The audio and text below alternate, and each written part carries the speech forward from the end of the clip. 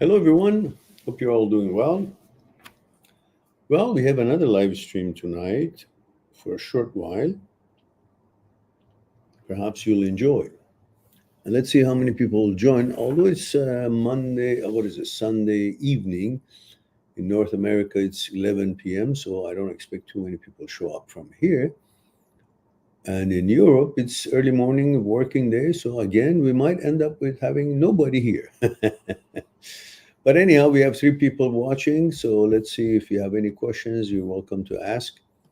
And if you want to have an appointment with me, you can go to www.mindthatseekstruth.com, make an appointment, and we'll discuss what's concerning you one on one on Skype.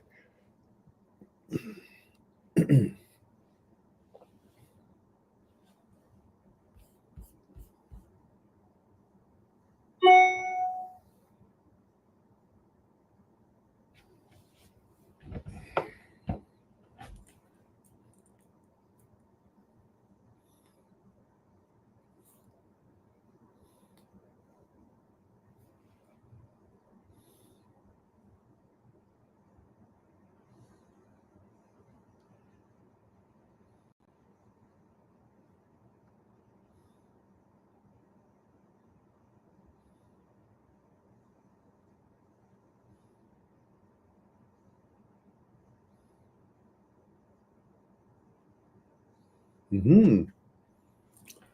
Stephen is here, says hi Miran, just tuning in. I'm outside working on my car. Oh, must be dark there now. About to go inside since it's freezing out there. Freezing in California, really? It's pretty cold in here as well. But and Liam says, Liam 24 Toronto.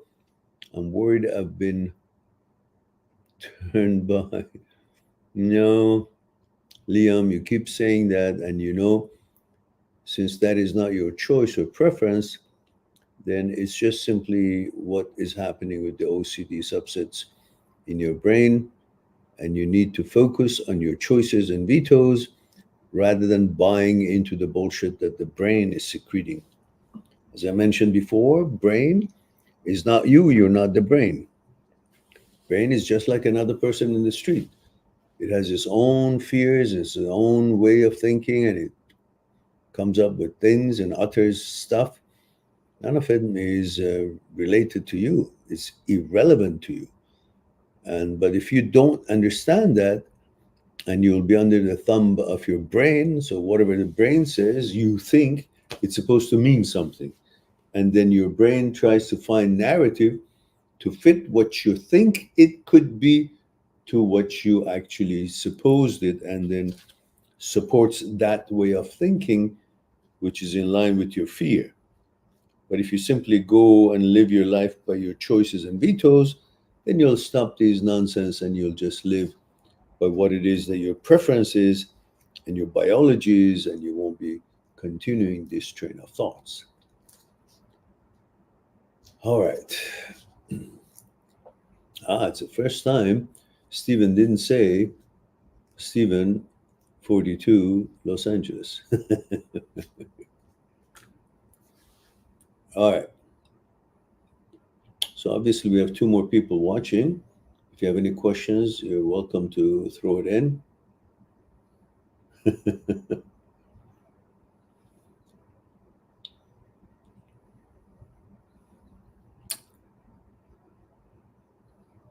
And if you guys don't have any question, I can look at my Instagram.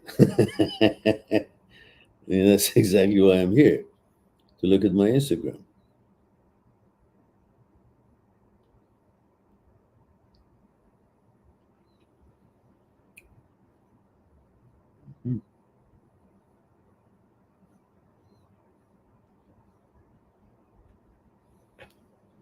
Steven says, it's probably not as cold as where you are located, just not used to it. Yeah, I know.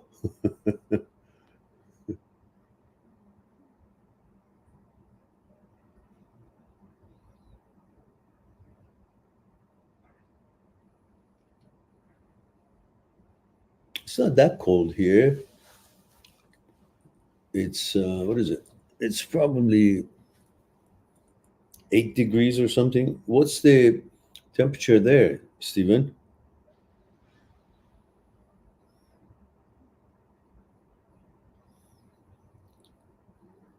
There it is. 7 degrees. Mild rain. It's 7 degrees with rain. It says it feels like 5. But you were there probably what? 10, 11, 12?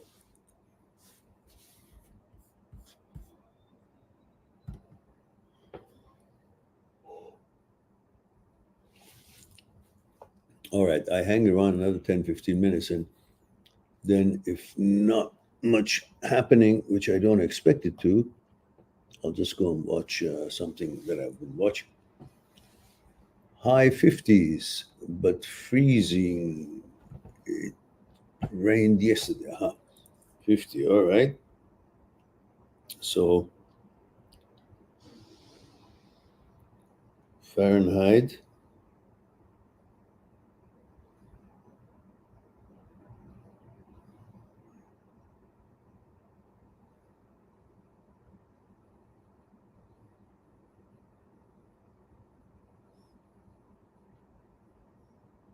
All right, 32 is 0, so 50 is 10 degrees. As I said, you're 10 degrees there. Yeah, it's kind of chilly. I can appreciate that.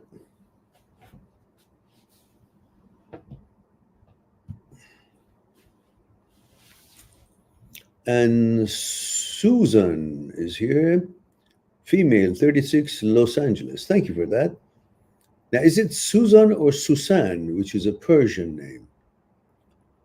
And Susan or Suzanne says, can I ask you a question? Of course you can. Go ahead, by all means. Tonight we're not busy. We only have 5 people here. And so and we have Ganesh Pradeep says, hello, sir. I get intrusive thoughts about all things. Well, welcome the crowd.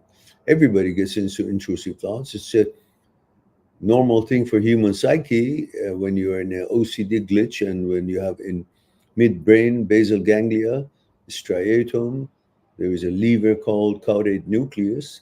And when it goes out of whack, it doesn't do what it's designed to do, which is shut down intrusive thoughts when they show up. So intrusive thoughts show up. And in a regular brain, not an OCD glitch brain, it says, oh, that's nasty, and then shuts it down. And you go about your business. But in OCD brain, when there's a malfunction in the caudate nucleus, it doesn't do its job automatically. So it lingers, that intrusive thought. And when it lingers, you panic. You think, oh, maybe it means something because it didn't dissipate. No, it doesn't mean anything. It just means that the gear shift, automatic gear shift that is supposed to do the job automatically, is not working and it needs to be helped. So you help the brain to rewire itself to get this caudate nucleus or get used to your values, and then it stops making these thoughts little by little. And Suzanne, 36 from Los Angeles, female, says, and did you let me know if it's Susan, a Persian name, or is it Susan? What's your background, Suzanne? And Suzanne says,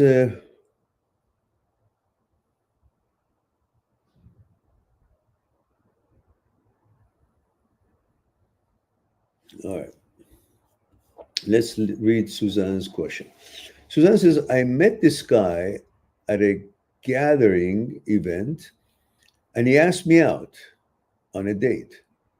We had a great time and had an amazing kiss at night, no leading to sex. We hung out more and kept making out, but again, I did not invite him over. Probably gave him blue balls. Low. You might have. and and I did this because he just got out of a long-term relationship and said he was still getting over her. And I did not want to be a rebound girl. Okay, well, rebound or not rebound.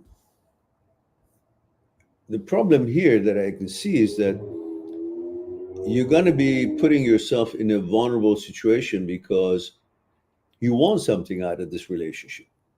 Naturally, you're a lady, and usually ladies are approaching a relationship or a date differently.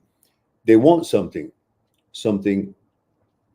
not just casual, something more formal, something long lasting, something of supposedly, possibly forever longitude, which you never know. Even if you guys were not on rebound of any kind and you were both in the same boat, whatever the boat that might have been, it might still not work in the long term. So the fact that you liked the guy and you would have wanted to have sex with him, but you denied him and denied yourself because you thought he's on rebound, which means you don't want to be the rebound girl, meaning you want something more substantial. Why? If you like the guy and you guys have taken care of the, healthy approach to sex and safe sex, why are you putting yourself in a position of needing something? Then everything changes from a good vibe and relationship connection to I only want this relationship if I can get this long-term security type of thing, some kind of a arrangement, not based on what you enjoy and the pleasure that you're seeking, based on certain kind of a cultural exchange or expectations, or I don't know, whatever morality or whatever it is that you might call it. So that's the point from now. But let me read the rest. Okay, no. And says, and I did not want to be rebounder. All right. ITD? What does ITD mean? Oh, Suzanne. Oh, then Suzanne. Oh, you are Persian. All right, fair enough. Now, thank you for that, because now it gives me a little bit cultural connotation on the back.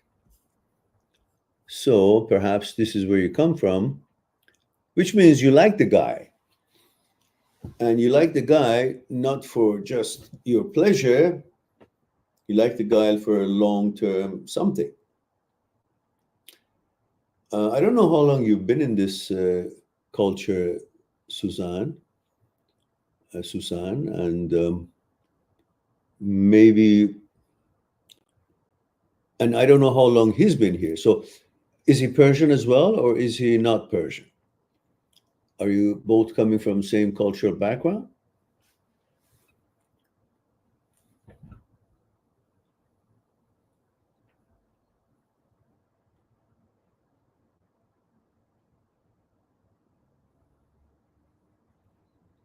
Suzanne says, I felt like he just wanted sex. Okay, so what? If he just wanted sex and you just wanted sex, what's wrong with that? But culturally, you're trained to exchange that for something that you are interested in, which is a relationship, a security, a long-term marriage. That's going to hinder your life to a point that you're going to be bartering with your sexual organ. In other words, unless you commit to me, you won't get some of this. And which is the weapon the girls use. But then that's a double-edged sword, because you're also denying yourself from some kind of a pleasurable experience, maybe, you girls are like us guys, you like sex as well. So, but these cultural um, dogmas, it stops you from enjoying, and you're supposed to be proving it to your peers or family that I am this, and I'm living with the expectations that my culture or you guys have. And so you're not free that way. So what I'm saying is, if you like the guy and he wants to sleep with you and you want to sleep with the guy or sleep with safely, sleep. And then see, having slept with the guy, is the guy still interested? Because there's also the other side of the coin, and that is, if you haven't slept with the guy and the guy keeps coming forward, you don't know if he's coming for your what's between your legs, or he's coming because of what your manners and attitudes and persona and your values are, because that will trump our ability to actually gauge the girl. You show interest, you show love and affection, and you may be genuine in your love allocation, but you don't know because you haven't had the sex with her. And therefore, the power of wanting to conquer her, power of wanting to have that pleasure with her, stops you from actually analyzing her behavior and your compatibility, because you have a motivation of getting, you know, to Mecca. So that's an unfair. It's not so truthful. So after a while, it may be a month or two maximum, or a month at least. Guys been together, and you seem to like each other. Well, then if it's safe to do so, and you take the proper precautions, sleep sleep together, get that out of the way, and now see if you still like each other. Because once you sleep and get that out of the way, your eyes will open up to all the other credentials or lack thereof of your partner. But before you sleep together, you're so hung up on that whole uh, romance and sensuality and exchange of all the things that could be exchanged, and so you may miss each other's persona and character if it's compatible or not. And Suzanne says,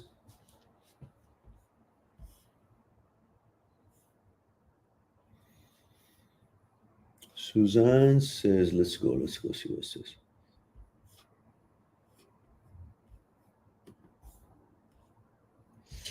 Suzanne says, I felt like he just wanted sex, but he took me out again and got to know each other.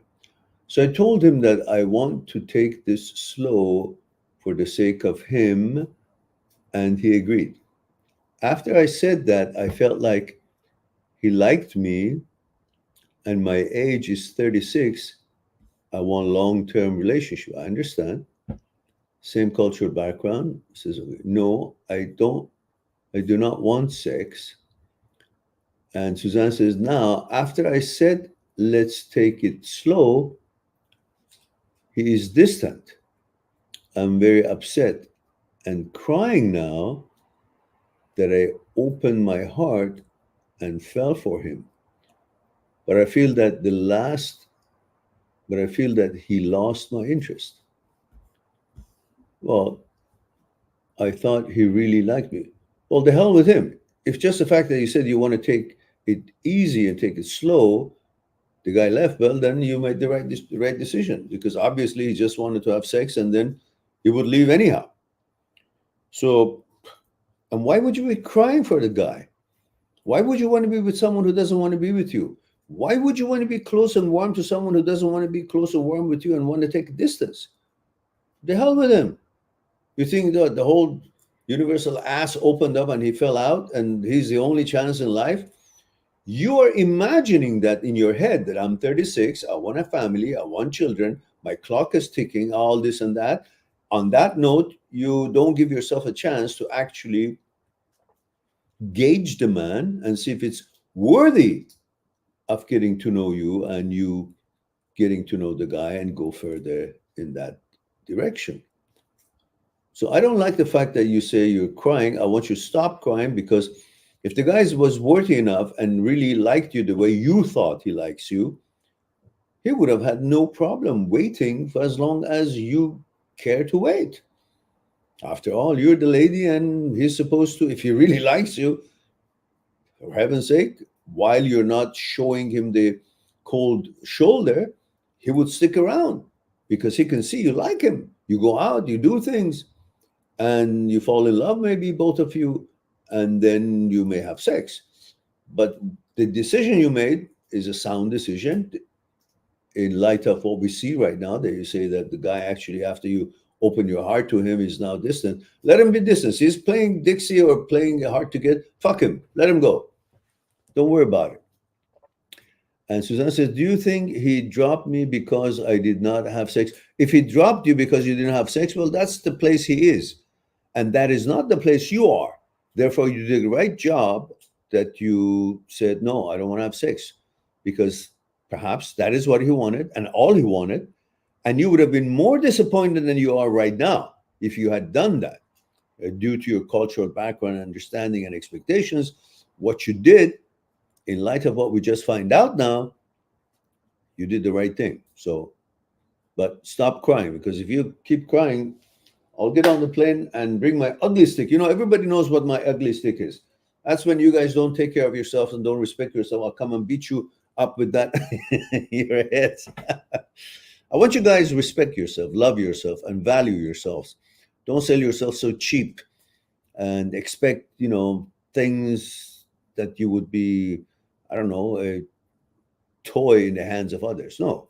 If it's mutual, fine. If it's not mutual, then the hell with it. So I don't want to hear you saying you're crying. Or are you just expression? Maybe you just say you're sad. You don't mean that you're actually crying. So I'm crying because it's been a while I felt for a man who was so interested in me. Well, Jesus, you have no idea how easily we are interested in a woman. All you have to do is just wear high heels and some short dress. We're done. So it's not so difficult for us to, feel interested in a woman. But that interest doesn't necessarily mean that you are the choice. You got to gauge it and figure out if we are worthy to come any closer or further to get to know us or not. And that takes time. So, however you look at it, you did the right thing.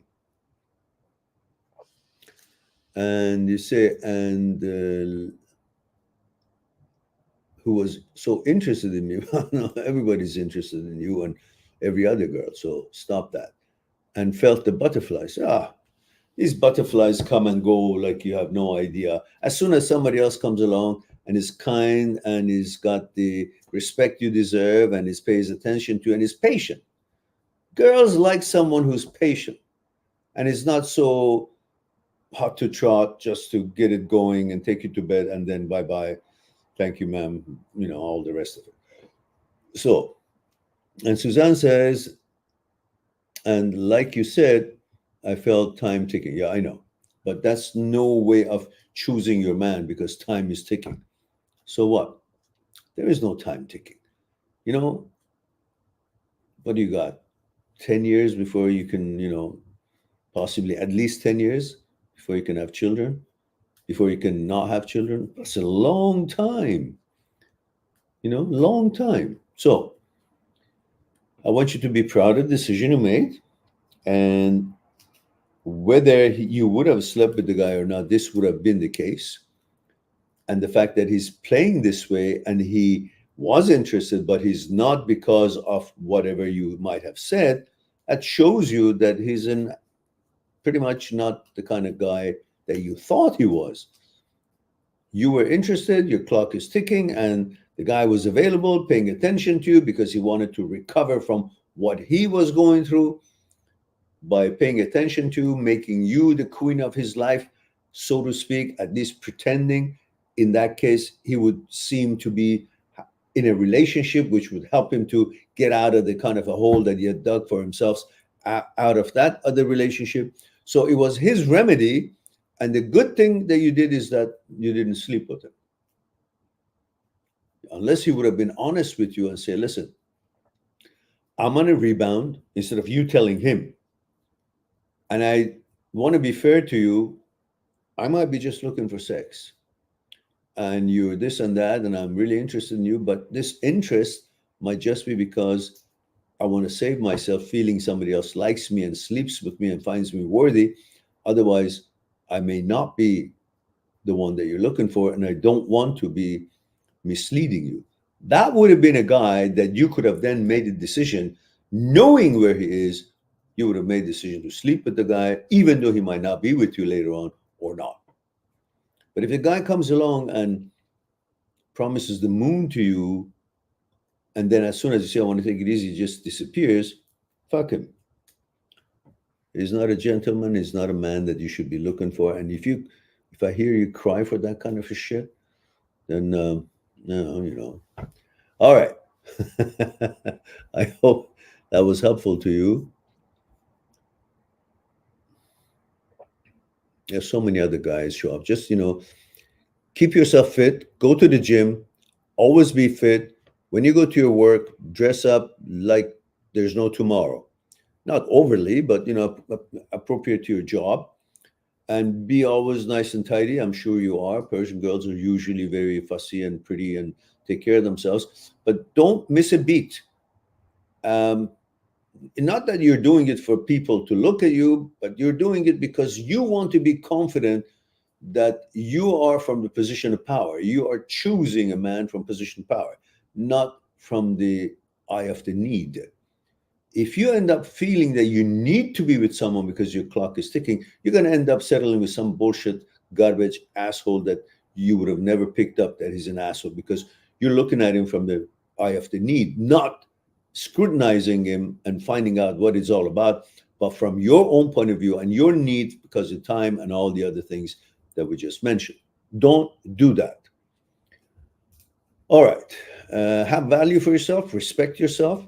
Go to the gym. Be fit. Be a knockout fit. And then dress nicely. All the things you guys know, the high heels and all that. I tell you, they'll be following you before you know it. So don't you sell yourself cheap. Let's go to Ganesh Pradeep. Says, because of what? Says,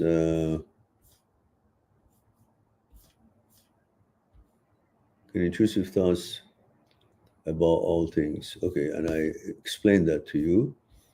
And then it says, thank you, sir, you're welcome. And Ganesh says, because of these thoughts, I'm not able to feel love from my partner. Well, just don't buy into that bullshit. Thoughts are not real. You're not the thoughts, and thoughts are not you. You're not the brain. Brain is not you. Your ancestors were living for millions of years with the stem brain. You did not have this brain.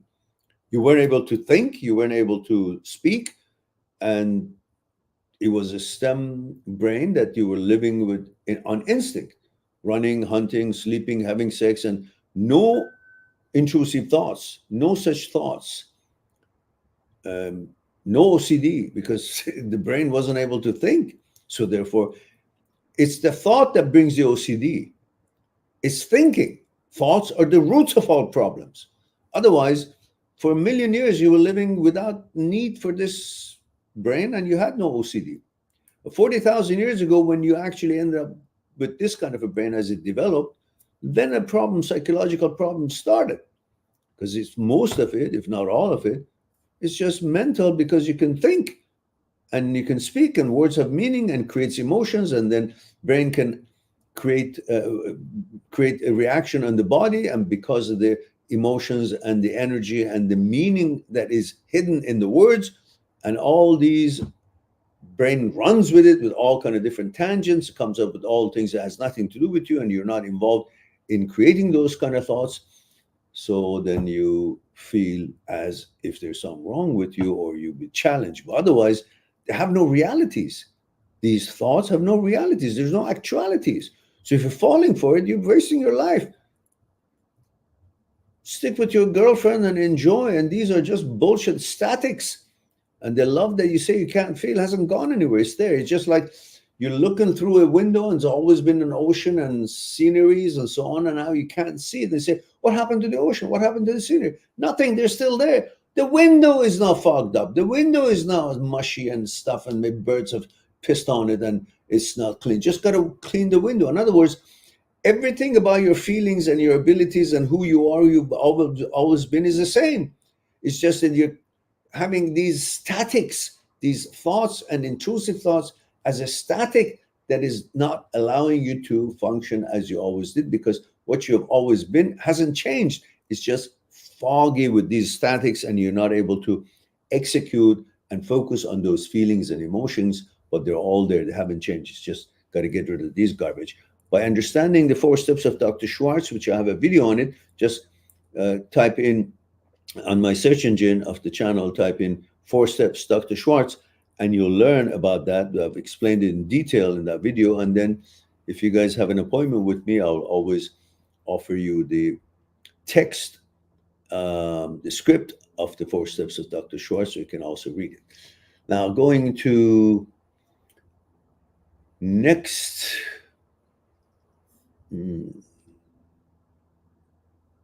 Says, will I able to feel that love again? You're already able. You just have to clean up the shit. It hasn't gone anywhere. Of course you will. What are you talking about? Right. You think that way because you're focusing on your garbage thoughts. Once you start focusing on that, understand they're not the reality, they're not the actuality, they have no truth to them, and it's just an echo of some shit. It's like you're walking in the street, somebody says something. It's not going to affect your life. But if you keep focusing on the guy said so maybe it means no, it's an outsider. It's got nothing to do with you. And your brain is not you, and you're not the brain. Your brain is an organ, is an apparatus, is an outsider. It's an independent system. So what it says, what it's thinking, what the thought shows up, it's got nothing to do with you. It's irrelevant to you. So understand this. All right.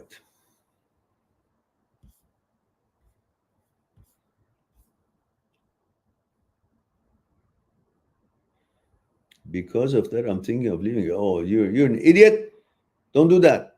And I said that with love. Don't do stupid things like that. Stay with her.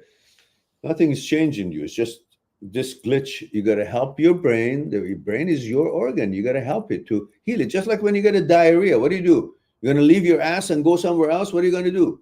It's a diarrhea. It needs your help. You got to get some rice and yogurt and, get some medicine and fix it up. You don't say, oh, I've always been a diarrhea. I didn't know about that. I'm changing to diarrhea. No, it's a glitch. You understand that when it's about your intestine.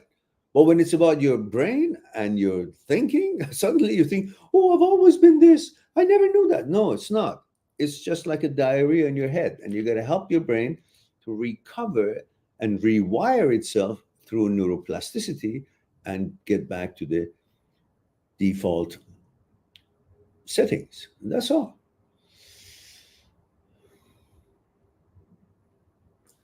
Yeah, don't be an asshole, Ganesh. Don't do stupid things leaving her. Beat that ugly stick on your head if you're being so dumb. Don't be like that.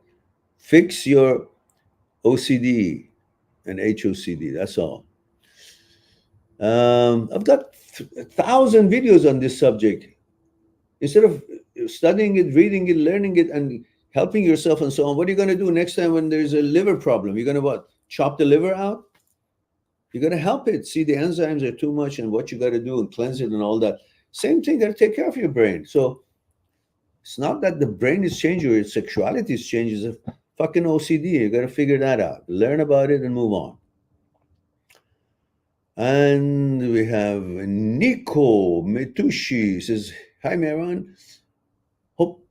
Hope she's happy to see you. Happy to see you too. You are from Romania, is it? And Adrian, right? Am I, or is it Nico? Is it the same one, or am I making a mistake with somebody else? And the roasting time says, sir, how to get rid of what? Daydreaming or daydreaming, and free source of dopamine.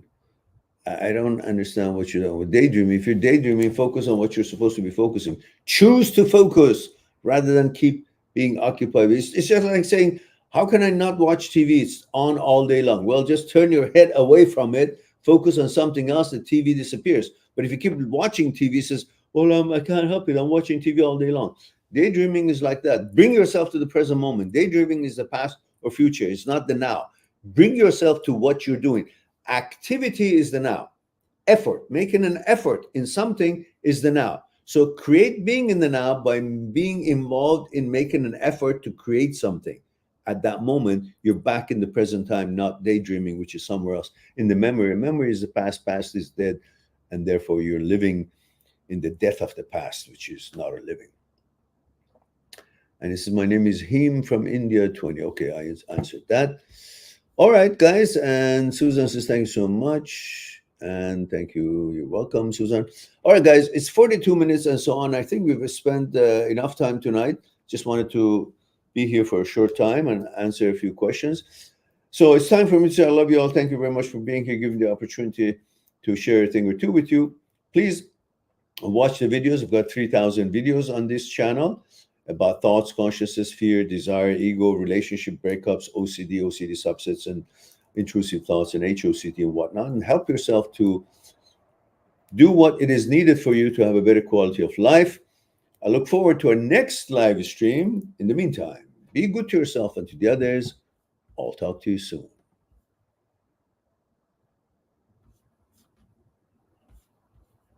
Subscribe on my channel, visit my channel, and go through the videos that you might be interested in. Mind@seekstruth.com is making it one step away to talk to me one-on-one on Skype and discuss what's concerning you.